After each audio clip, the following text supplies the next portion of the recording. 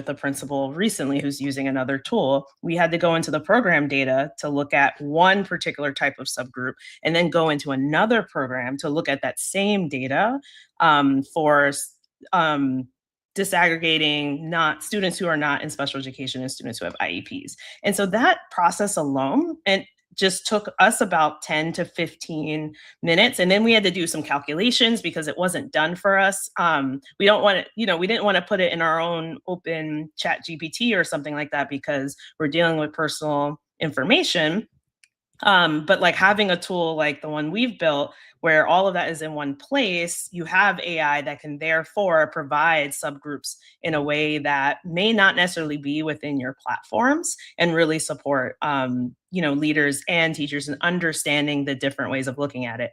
Or think about you want to look at your reading data and your attendance data in one space, because sometimes it could be a reading difficulty. It could also be the student is not there. They're not actually getting the intervention or the reading instruction they need. And so having to look across different spaces can be really challenging, and having some type of tool or mechanism to bring it all into one space can be really helpful, both for the teacher as they're planning their groups. If you know your students are going to be late, don't have the reading intervention at the beginning of the day, or as like a leader, you're saying, oh, I need to provide some additional supports or, strategies that help students get there on time so that they can be there for that group. So it can really work in that data analysis place in a lot of ways, in addition to, breaking down standards. I 100% agree with what Stephanie said, generating new ideas. I even used it recently for a PD to create a text about bees at a very specific lexile level so that the teachers and leaders that were in that space could do some really, important work without having to like go into their specific curriculum and do that. And so then everyone just had one same text. So like even in those cases, it can be like really helpful for professional learning as well. I had another question for you, Stephanie, for now, about you. I love your example about, essentially bringing all the data together and being able to analyze that and look at it, easily, right? It saves a lot of time. But also you mentioned earlier about learning, how students can learn how they learn through AI. Do you have an example of that too? Yeah, so I was at, I'm based in Oakland, California, and I went to a session that was on AI, and there was a bunch of high school students there. And so, we were just having a conversation with them, like, how are you using it right now? What is working? What isn't? And it was really like, fascinating to hear from this one high school student that she has set it up so that it will create study guides of the information, because sometimes the teacher goes too fast, sometimes like she doesn't really fully understand. And so she'll ask it, let's say we're learning like, I don't know, I'm just going to make it up, but like the quadratic equation, give me like multiple ways to really understand that. And then telling it like, oh, this particular way is what worked for me. So then if she's stuck again, it's kind of learning those pieces. Yes, she's learned to be very careful about like how much information she puts in there and things like that. But like, just basic like different strategies and ways of understanding content, I've noticed has been really, really helpful for a lot of young adults and young learners. Go ahead, Jenna.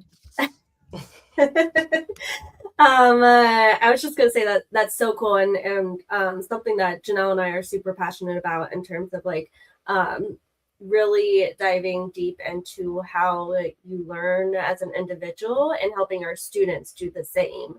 It's just, I think the whole idea of like us all being able to know exactly what we need in order to learn is just, it's wild that that's a radical thought, but it is. And I think, there's only good things. There are only good things that could come from that. Okay, so we've talked about a lot of the benefits. What are the risks that we should watch for as educators when it comes to AI?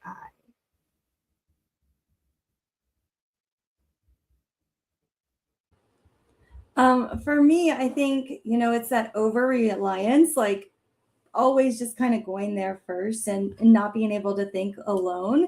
And again, AI should support the thinking, not replace it. And so just making sure that teachers are reviewing what AI is outputting. Because I think sometimes we get really comfortable. Like there was a teacher, and it's kind of a funny story, but she was like, oh my gosh, Nana Banana made this really cool image for her essay. And there were 72 spelling errors on there. She printed it out on a big poster, hung it up in her classroom, and the kids found the like errors. And, you know, at first it started off with like 1 or 2 errors, but then she thought, hey, let's see if there's more. And so all the kids dove into this poster that was like a really infographic. I mean, it looked great, but she didn't review it, right? And so the kids were like, you know, pointing out all of the different errors. And so I think if we just start getting really comfortable with it, it can sometimes get really scary. There's still hallucinations when it comes to AI. And so, you know, just knowing, and when you look on social media now, I'm like, is this AI generated or is it real? Right? Like we're getting to that point in our lives where we'll be on social media and it's just like taking a moment and it's like, okay, is this content actually happening in today's world? Or are we misleading it by an AI created video or resource? I saw recently 3 years ago versus an image today. So an AI image created 3 years ago, you could tell it was AI generated. It had the extra fingers. It looked, you know, not human realistic, but today it's getting very, very difficult. And that's just within 3 years, right? And so I think the speed at how fast AI is coming, and then privacy and student data, which Stephanie kind of already mentioned, but are we uploading data to websites that we should not be, right? Because of FERPA, COPA, all of those different guidelines. And I was talking with a district, and like School AI, for example, we are FERPA and COPA compliant. But a district was like, well, I don't want to confuse teachers like and tell them they can upload data to your site, but then they can't to ChatGPT, like that kind of making teachers like, oh, this site's okay, but this site's not, and then like confusing them, right? And so I think that can add just onto the confusion of like, when is it okay? When is it not? Where is it okay? Where is it not? And that's just causing a lot of confusions as well when it comes to AI. And then also like, just sometimes I'm seeing increased workload on teachers because they don't know how to prompt. They don't know what to say because they're too afraid to jump right in. And I'm like, just jump in, trial and error, you know, you'll kind of learn. But I see it like increasing workload when I'm like, no, you need to say it this way in order for it to do what you want it to do. Yeah. I would love to build on a lot of those because I have very similar ones. I think I'll start one with like the reviewing of information, because yes, we want it to support and amplify our cognitive load, but there was a study in 2025 from MIT that talked about cognitive debt and how if we're using it too much, over relying on it, it can actually reduce like our cognitive abilities themselves by up 32 to 47%. So it's something we still need to make sure we're reviewing and we're being very critical about how we're using it, and that it's not just taking over all of our work and the thinking we have to do.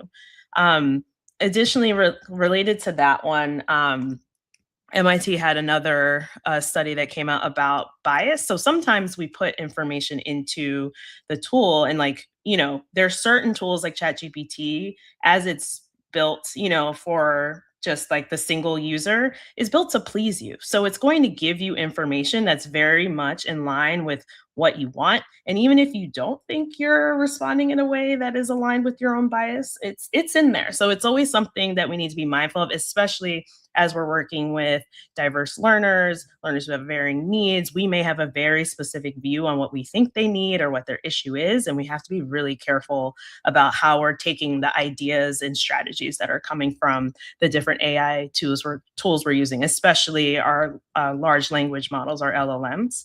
The next one, similar to what Stephanie said around personal identifiable information, so PII, it's critical to be really careful about the information you're putting into different tools. Similarly, School Ops AI is also FERPA COPA compliant. We're a part of the Student Data Privacy Consortium. We're going through all of the compliance and security protocols because we want to make sure people understand, that our tool is a high quality tool that will protect student data. But even I think sometimes people don't really understand what PII is. So it can be, yes, as like explicit as like student name, their personal information in that way. But also, if you're a school that has like 5 students with IEPs and you go into your own, ChatGPT or Claude and say like, I have a student with an IEP that likes Pokemon and likes this other thing, that can still be PII if it's enough to narrow down to 1 or 2 students. There's a reason why even state assessment data won't report unless there's a certain percentage of students, right? Because, the right person with some sleuthing, with some math can figure out who that student is. So it's really important that we're just being really careful about that. So given that, I think it's key that districts, networks, even single site schools are really thinking about what their AI policy is so that they are adopting tools that align to what their vision of how AI should be used. And I think that kind of addresses Stephanie's point around, I can use this, but I can't use that. I think if your IT team, whatever that means, has approved something and has kind of gone through that process, it's probably okay. And then I think for other things, you just kind of have to be mindful about what you put into it so that you understand like what that looks like. Because also, fun fact, about 80% of schools across the US experienced some level of cyber attack in the last year. And that's because of a lot of the third-party tools that were being used and then connecting it to their Google account and doing things like that without really understanding what that looked like. So it's just really important that, we're being hypercritical about it because now there's just so many tools, so many products out there. Yeah, such good points. I want to bounce back to one of your earlier points about the bias in AI, because I think there is that layer of like you said, it wants to tell you what you want to hear essentially. And we've seen some wild stories on the internet about people who have been validated in some things that maybe they shouldn't have been validated in through the use of AI. But there's also the layer of like, it is gathering, it knows what it knows from all of the internet, right? And all of the internet doesn't necessarily represent the truth. And I remember when AI first came out, I was in a session. I wish that I could remember their names. It's 2 men that wrote a book about how to use AI very early on. And one of the things they talked about was like, and they showed us too, that they're like, ask AI to explain or give you a picture of a lawyer. And it's going to give you, or several pictures of a lawyer. It's going to give you a whole bunch of white men. Like it is pulling from what the internet knows.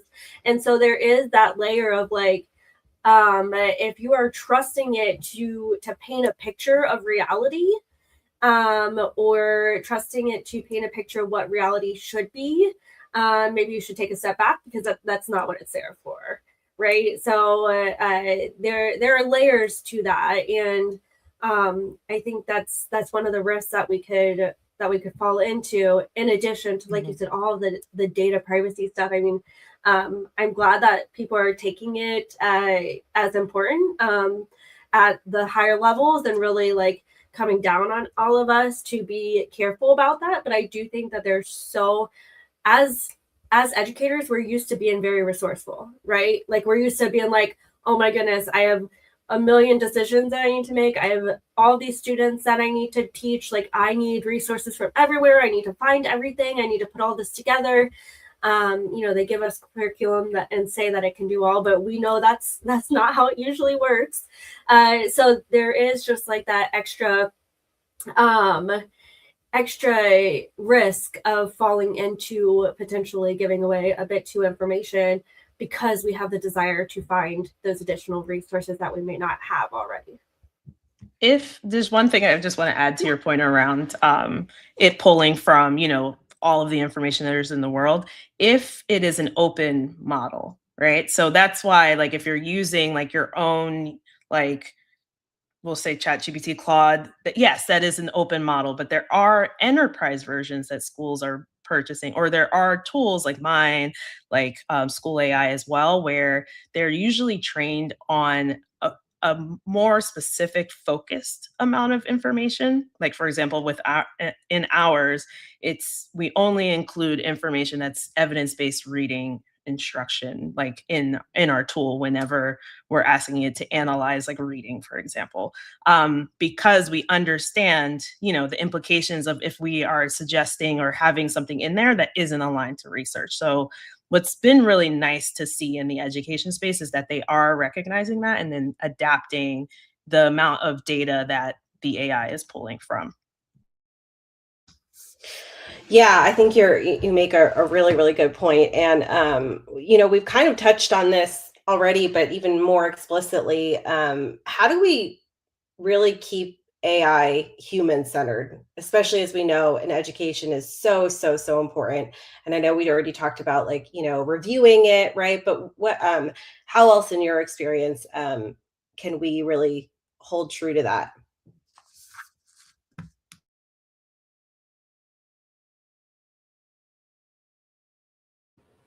I think when it comes to thinking about the human, it's starting with the purpose and not the tool, right? Always kind of going to the task and thinking, what problem am I trying to solve? What am I trying to do to support this student or to support my class or to support whatever it is?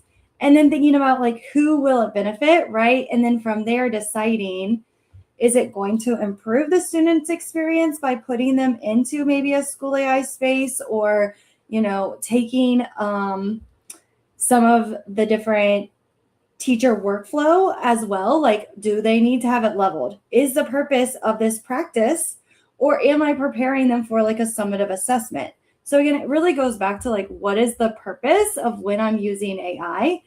And then just kind of thinking about as well, how can I increase feedback, conversations, small group instruction, maybe relationship building, reflection, or even like coaching within my own classroom? And so if AI can help me, with formatting a document or even drafting out a activity that's interactive for my students, or helping me plan a project-based learning activity, or helping me summarize something, because it allows me to have more in-person time with my students, or if I'm a coach or an administrator with humans, then I think that is when we can say, okay, AI is fine, right? But just kind of saying like, oh, I'm going to do all this work. And then, I remember reading or grading essays. That takes hours to do, right? And so now that we have AI, one thing that I love is my students are able to get feedback right away. And so we did this activity. It was called Beat the Computer, because in Ohio, our state test is graded by AI. And that was like really weird to teachers. Like when it first came out, they were like, wait, a human's not even looking at this, a computer's grading it. And so the students went into the computer, and at first they were scoring around 1, 2s, or 3s out of 10. That's not great, right? Like that is not great data. And so then the teacher was able to take that information, quickly find the misconceptions, quickly find where her students were struggling. And because of that, she was then able to create small groups for where different students were at. This student struggling with the opening, this student struggling with the conclusion, this student struggling here. She was also able to create feedback conversations, right? Some of it was with the AI giving feedback right in the moment, because again, grading essays, sometimes it took me a week to get back to students. And by then they're not looking at it, they're not reading it.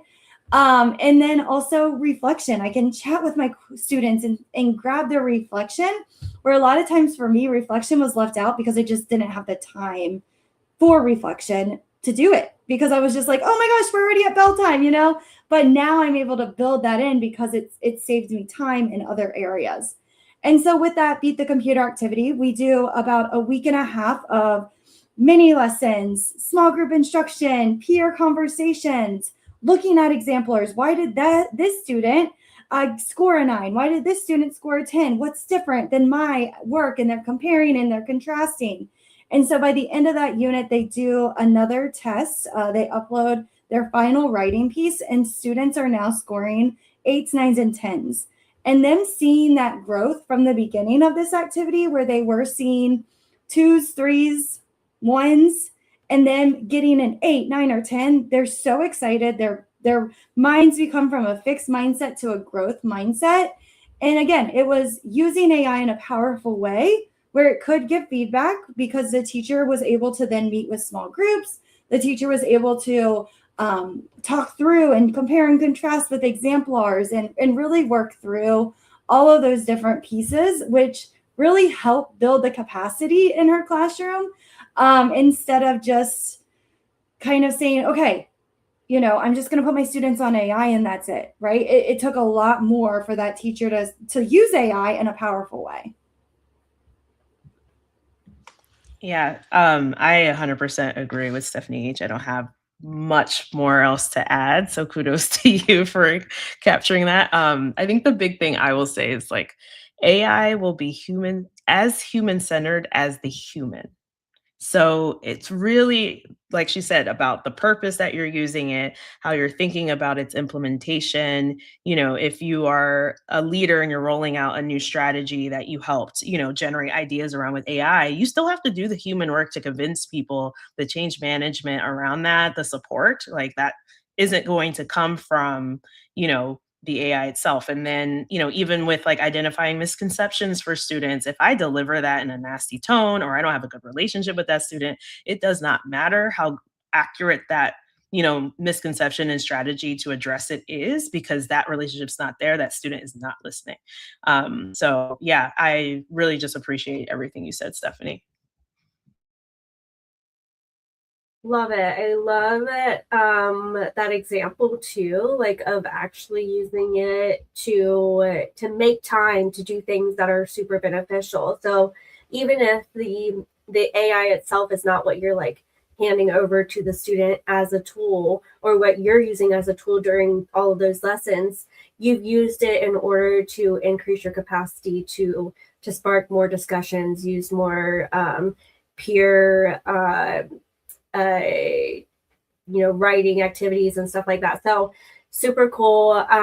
So if we're thinking about, you know, we've talked about the benefits, we've talked about the risks, we've talked about keeping it human-centered.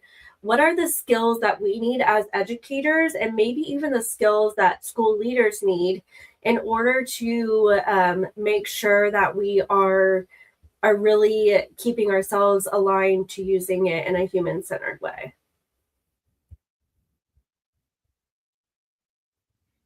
I can hop in. I think more so a next step than a specific skill, but I think it's knowing what your district school network is doing around AI. Is there a policy? Is there something there that you can go? So having the skill of knowing where to get those resources is important.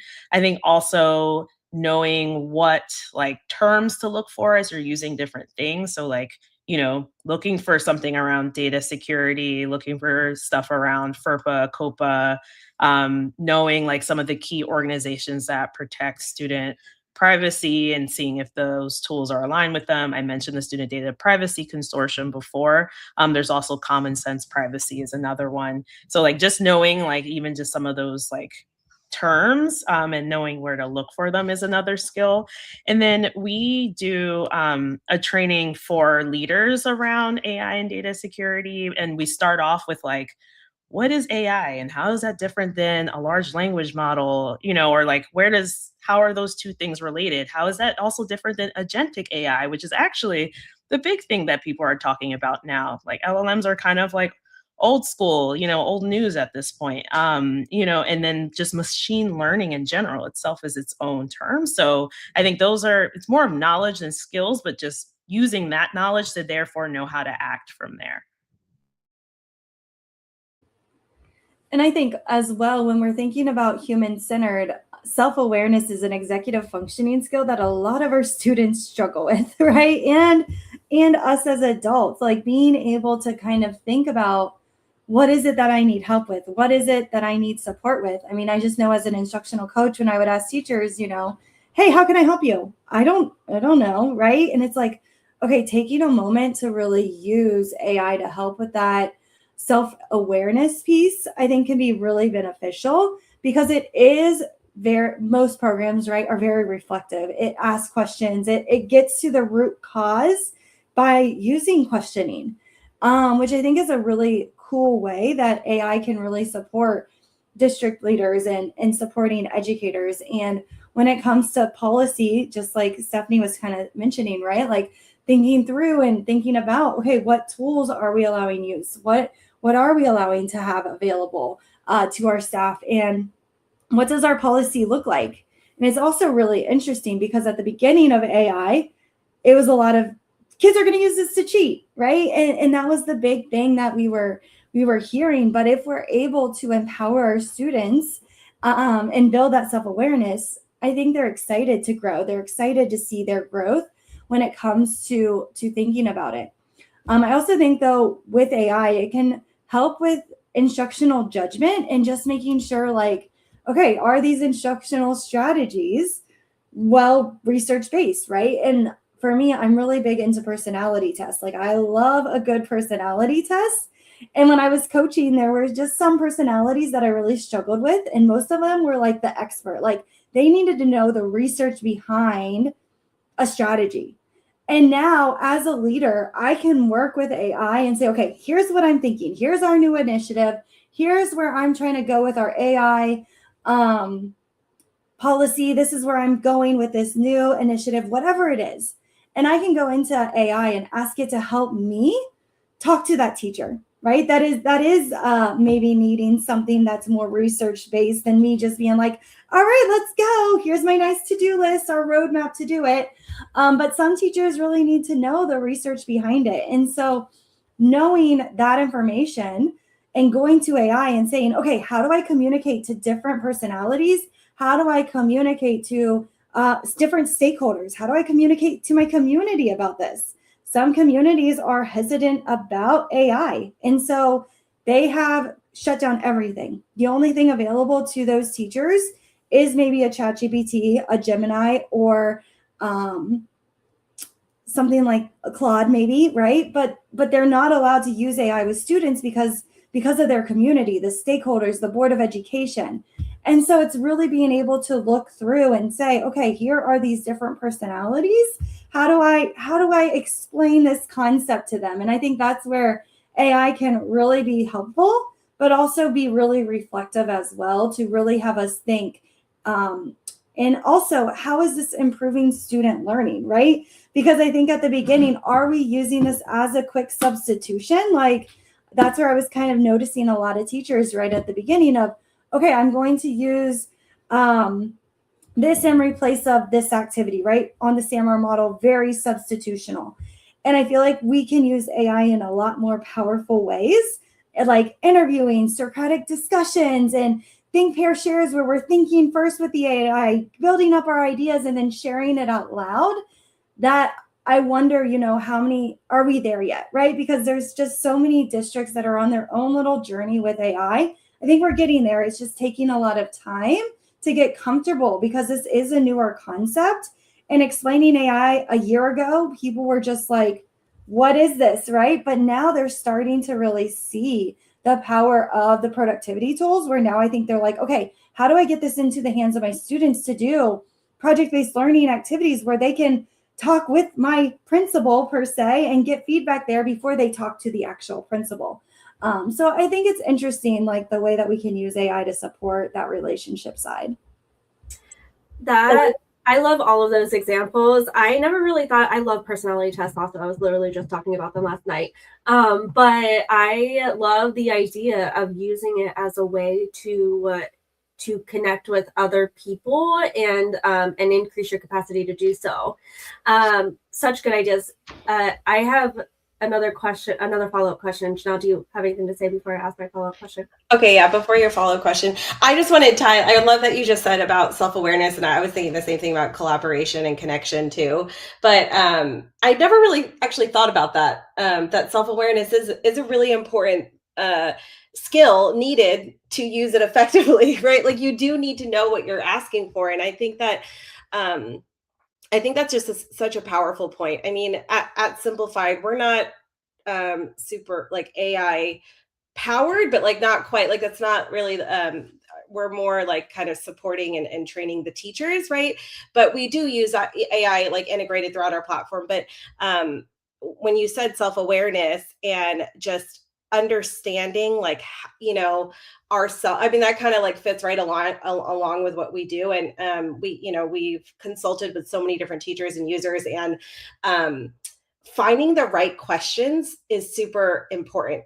Like asking them the right questions. And we've learned so much this past year just through working with so many special ed teachers and gen ed teachers and paraprofessionals. And it's really trying to get to like, what do we need to know here, right? And kind of sorting through all that noise. Because I think we just have a lot of thoughts. We have a lot of things going on. And so like really, coming to understand that first before you're using a tool makes a lot of sense to me. Yeah, I agree. Stephanie, for now, you mentioned it kind of like the future of AI and where it's heading now, and what we're talking more about as opposed to like the large language models. So I just wanted to bounce it back to you to talk a little bit more about that, because I'm curious.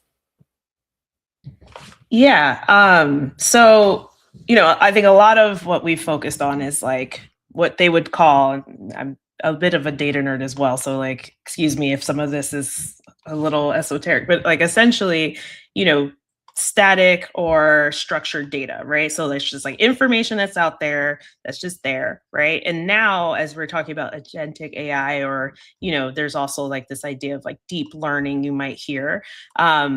You're talking about taking unstructured things and being able to also generate insights, ideas, build off of that. So, that's why you're seeing better images, because it's able to pull and create things that isn't necessarily from a database that's out there. And so, as you're thinking about different tools and strategies, like the AI, which is usually working in the background, may not necessarily just be pulling from like structured data. It's now starting to look at unstructured data. It's starting to look at, I don't know if you've ever tried this, but like if you upload like a picture, or like if I do a professional learning and we do an anchor chart, I could take a picture of that and it can like translate, and take the text off of that, right? That is no longer just like your basic like large language model. That is something that is going to be more agentic because it's moving into that space. So it just creates a lot more opportunities that people need to be more aware of, especially our educators as they're thinking about different ways to use it. Like that's why there are tools now that can grade student work, including written student work now, translating something. I think, if a kinder writes a string of letters, or someone who's learning how to write is still in that phase of their development, being able to have something to help them translate what they're saying, and like understand what's going on is like another strategy and tool that we're seeing coming out. So it's exciting, and also just something for us to always keep track of, because AI a year ago was very different. AI a year from now is going to be very different as well. Coming from that, how do you think that leaders should evaluate AI tools? And I know we've covered a little bit about this when it comes to privacy, but any other key indicators or things that we need to look out for? I think, and this actually kind of goes a little bit back to what Stephanie was mentioning around like, what is the question you're asking for? How do you want to use it? I think I mentioned a little bit of having like a clear vision. And I think a good example is around like adopting a new curriculum. So the districts, the schools, the, networks that have done a really good job around taking a curriculum and making it, their own. First actually started with like a vision of learning, a vision of what they wanted for students, whether that's in their future or as part of like graduating or something around those lines, aligned to values. And then they use that to decide what curriculum they were going to use, right? And then they took that curriculum and connected it to it. So whether they just like took it, right out the box and used it already because it already aligned, or they decided, okay, we're going to use this piece and this piece because this mainly aligns with what we want. And I think AI in many ways kind of needs to be in the same way, where you start with that vision, you decide what you want to use it for that's going to be best for kids, best for families, best for the teachers who have to use it. And then you can decide on like the different products and tools from there. So that's like the other thing I think I would add. I think also there's some organizations out there that are compiling lists of different tools that are out there. So just knowing, what is out there to even start, because there are new things being created like every day. And so I can understand from like the teacher's perspective, a leader, educator's perspective, like even just knowing where to start can be really hard. And then I think the other thing I would say for them, if they're looking for additional organizations that have already done some of this work around helping create a vision, helping, vetting rubrics and things like that, like there's AI EDU, there's AI for Education. So like these are all like nonprofits, organizations out there that are also thinking about this and trying to guide,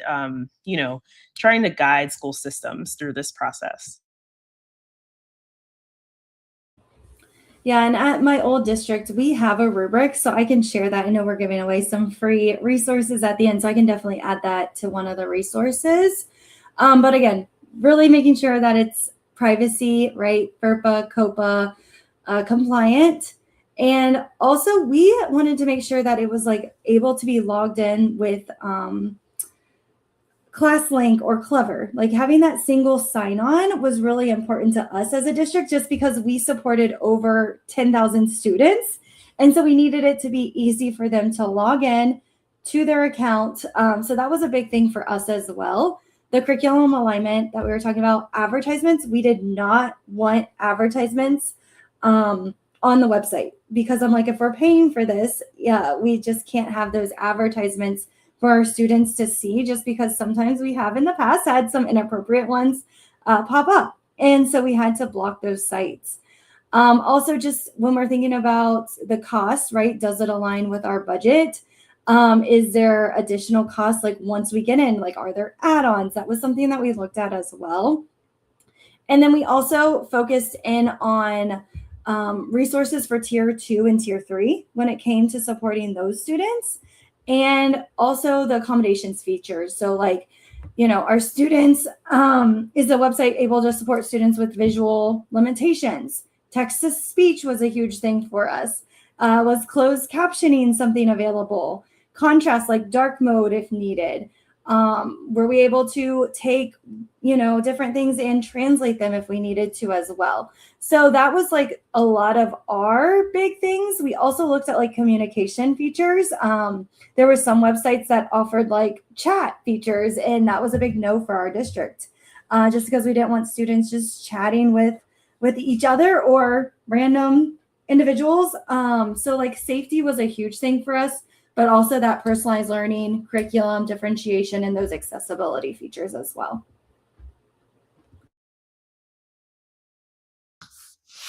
Well, thank you guys so much. As we kind of wrap up, I think we ended with a lot of really solid advice and things that we can follow. Our last session or section of this is our I can statements. Whoever wants to start first, and then I'll share what I created for you. I can go. One of mine actually builds on what Stephanie just shared. So, cool. I can name the products that are used within my school and how they connect to each other and give me better insights. And then the other one I have is I can find the security information for the different product and tools I use. I like those. So that was the last one I had for you, is I can identify the policies at my school or district, but I like the way that you said it actually better. I can name, if you could send me those, I want to add it to our show notes. I also had for you, I can understand that AI should be playing in the background. I thought that was a really good point. You also mentioned, I said, I can use AI to bring all data into one space to better plan for students, which I know is what School Ops does. I can understand how I learn. I really like that, through using AI by asking multiple ways to learn a subject. I think it's a very solid way that students can use AI. And I can be careful about putting personalized identification information. And I think that's a really key point. Are those good? Yeah. Okay. Stephanie Howell. Awesome. So I think for me, I can evaluate AI tools and determine if it improves student learning. And then also, I think I can ensure any AI tool we adapt will protect the privacy, support students, and also support professional judgment for teachers as well. Oh, I like that. I can ask it. So I did something similar. So, but professional judgment, I like that. I can ask if this can help ease my workload, or if it helps my students' learning experience, is how I interpreted that. But I like the professional judgment one. I also put I can save time by using AI to determine success criteria. You mentioned earlier. A very solid example you gave was I can recreate questions at the same rigor level to test prep. I thought it's like a really super easy thing to get started with. I can make sure that I review the work that comes from AI. I thought that was a key thing that you said too. And then lastly, I like that self-awareness thing. So I can use my self-awareness to know what I need to ask for. Do you like those? Good.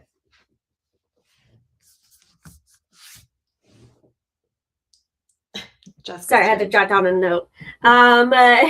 So we are going to start wrapping things up by talking a little bit about the freebies that we have available for this episode. I'm going to actually bounce it. Both Stephanies have a freebie that they'd like to share. So we'll start with Stephanie Howell, and then Stephanie, for now, you can tell us what you're sharing as well. Yeah, I'm going to share I'm assuming there's notes, right, for the podcast.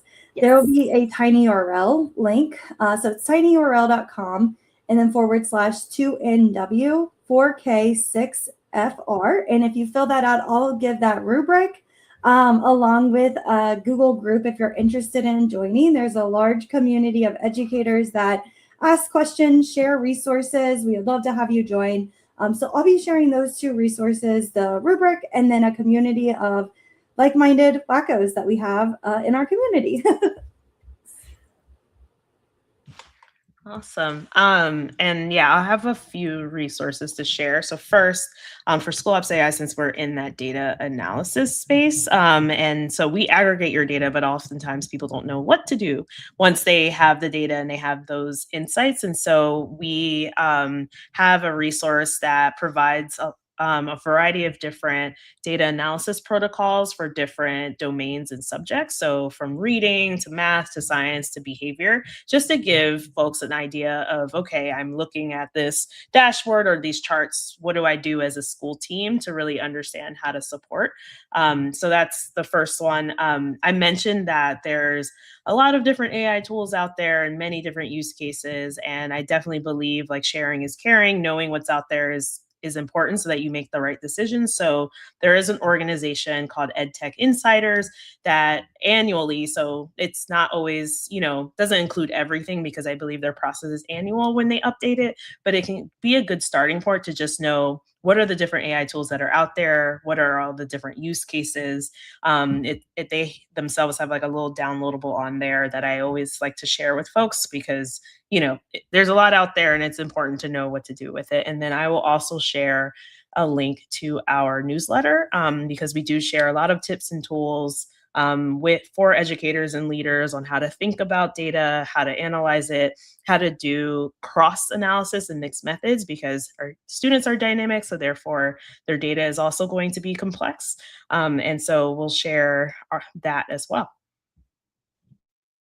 Thank you so much. Those are amazing resources. We appreciate that a ton. In addition to that, Janelle and I want to that you all know that we are doing our first session of the Simplified Neuroeducator training coming up on the 25th. So that's Wednesday, February 25th. The first session is free, so we will put the link in the show notes. This is a great opportunity, especially for special education teachers, self-contained classrooms, paraprofessionals, inclusion teachers, anyone who is working with diverse learners, especially neurodivergent students, would benefit a ton from coming to this training. We're going to really start diving into what it looks like to track behavior and goals in a way that is super supportive and doesn't just feel like you're checking a box. So if you want, you can come join us for that. Like I said, the link will be in the show notes, and that'll also get you access to the free trial version of the platform. We have a brand new interface that I've been chugging along on, so we're excited. Even for those of you that have already been on the platform, you're going to see something new. So we're excited to roll that out for you all. Other than that, I think that's all. So thank you all so much for joining, whether you're listening as a live viewer or as a replay person or even audio only. We love you all the same. And thank you so much to Stephanie and Stephanie for joining us today. Got to find that end stream button. Found it. That wraps up today's conversation. Huge thanks to our panelists for sharing their perspectives and real experiences. If you're looking for the free resources mentioned in this episode, You'll find them in the show notes, along with a free trial of Simplified, it's a chance to explore tools designed to make learning and behavior more visible. and to see what clearer, simpler data can look like in practice. We'll see you next time on Data and Education. Data, data, data, data, data, data, data, data. What do I say? Data. Data? Yeah. I say data, huh?